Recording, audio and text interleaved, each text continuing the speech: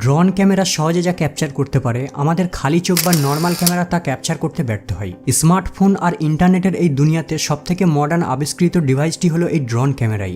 Drone basically একটি উড়ন্ত camera যাকে দুর্লভ জায়গার ভিডিও ক্যাপচার করার জন্য ব্যবহার করা হয়ে থাকে। কিন্তু এই ক্যামেরাকে আকাশে ওড়ানোর সময় মাঝে মাঝে এমন কিছু রহস্যময় আর গা ছমছমে জিনিস ধরা পড়ে যা সত্যিই অনেক বিস্ময়কর। পাহাড়ের উপর প্রাচীন যুগের কবরস্থান থেকে শুরু করে মাঠের মধ্যে খুঁজে পাওয়া অদ্ভুত জিনিস। আজকের ভিডিওতে এমনই কিছু রহস্যময় ফুটেজ দেখাতে চলেছি যাদের ড্রোনের কল্যাণে আমরা সাক্ষী হতে পেরেছি।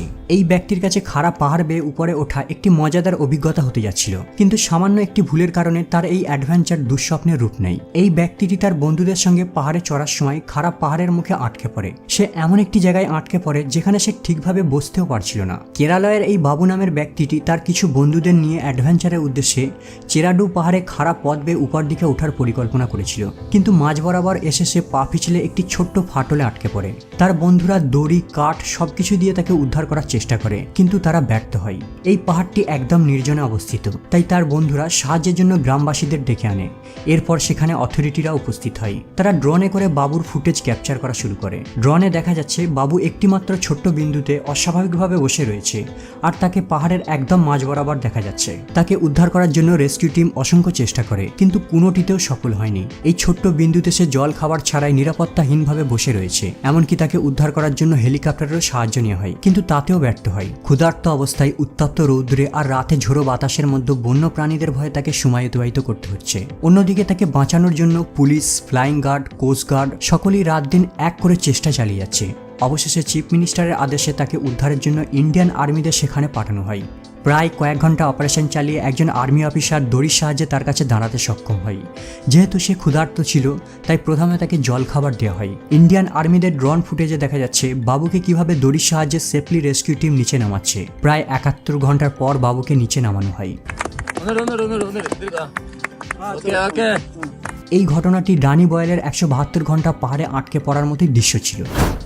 ব্রাজিলের একটি রিসার্চ টিম অ্যামাজন জঙ্গলের গাছপালা, নদী আর বিচ্ছিন্ন উপজাতিদের ফুটেজ ক্যাপচার করার জন্য 2018 সালে একটি ড্রোন ওড়ায়। তাদের এই ড্রোনে ধরা পড়ে 2 জঙ্গলি উপজাতি নদীর কাছাকাছি চলাফেরা করছে।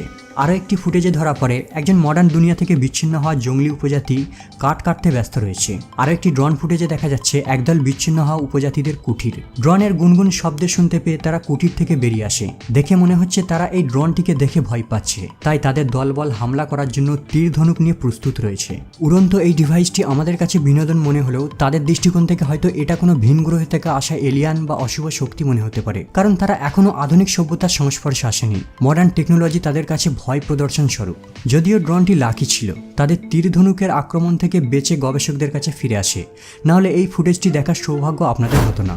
ফেব্রুয়ারি মাসে 2018 সালে আমেরিকার গ্রিমসবি অঞ্চলে রাত 1টার সময় একটি রোড অ্যাক্সিডেন্ট ঘটে। একটি সিঙ্গেল গাড়ি রাস্তার ধারে উল্টে পড়ে আছে। এই ঘটনায় পুলিশ ছিল হাই অ্যালার্ট, কারণ গাড়ির ড্রাইভার ছিল মিসিং।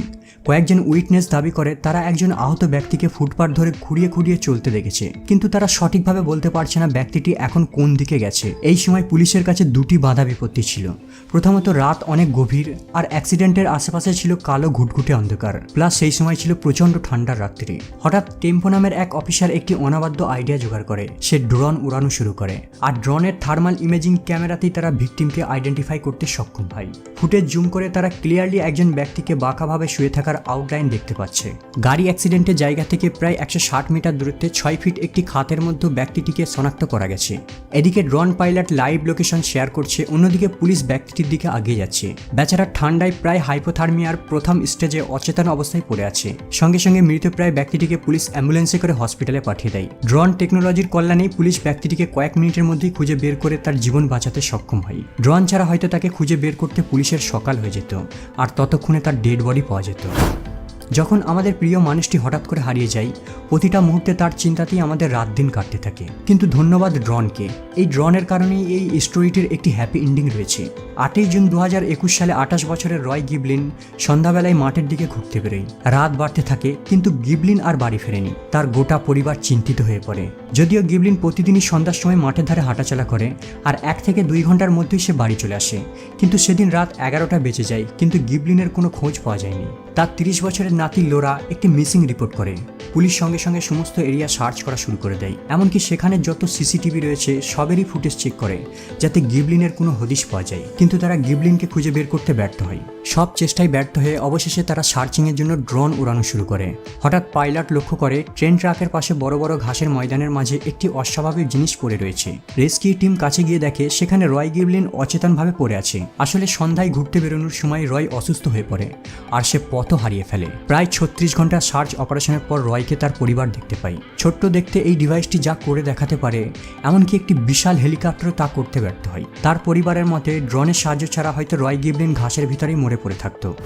কলোরিডার একটি কৃষকের শস্য ক্ষেতে হঠাৎ আগুন ধরে যায়। এরিক হাওয়ার্ড নামের এই কৃষকটি যখন আগুন দেখে সে হতভম্ব হয়ে পড়ে, কারণ 35 একর জায়গা জুড়ে তার জমি ইতিমধ্যে আগুনে পুড়ে ছাই হয়ে গেছে। দাবানল যেভাবে ছড়িয়ে পড়েছে তাতে শস্যদানা পরিমাণ ফসল বাঁচবে বলে মনে হয় না। সে ফায়ার ফাইটারদের না ডেকে কুইকলি একটি ট্রাক নিয়ে বেরিয়ে পড়ে আর লং রাস্তা খোদাই করতে থাকে যাতে আগুন দ্রুত না ছড়িয়ে পড়ে। আসলে এটা এক ধরনের ফায়ার ফাইটিং কৌশল যা ফায়ার লাইন নামে পরিচিত।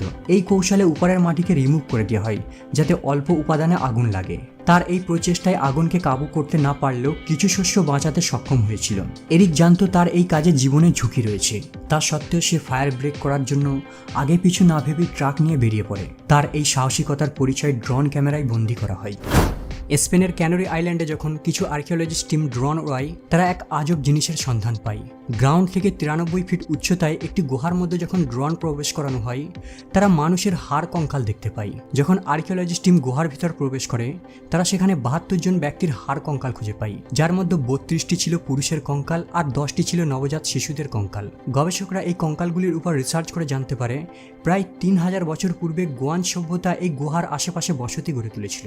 ঐতিহাসিকবিদদের মতে সম্ভবত তারা নর্থ আফ্রিকা থেকে ক্যানারি আইল্যান্ডে বসতি গড়ে তোলে। আর্কিওলজিস্ট ভার্নিকা আলবার্টের মতে এই দ্বীপে আরও অনেক এমন বাড়িয়াল কেভ রয়েছে, কিন্তু সবগুলো গুহাতে নবজাত শিশুদের কঙ্কাল নেই। তাছাড়া প্রত্যেকটি গুহা থেকে তারা মামিফাইড বডিও উদ্ধার করেছে, আর এই সব বডিগুলিকে তারা প্রচুর চামড়া আর লতাপাতার সাহায্যে মামিফাই করত, যা প্রাচীনকালে একমাত্র ক্যানারি আইল্যান্ডের উপজাতিরাই এই পদ্ধতিতে মামি বানাত।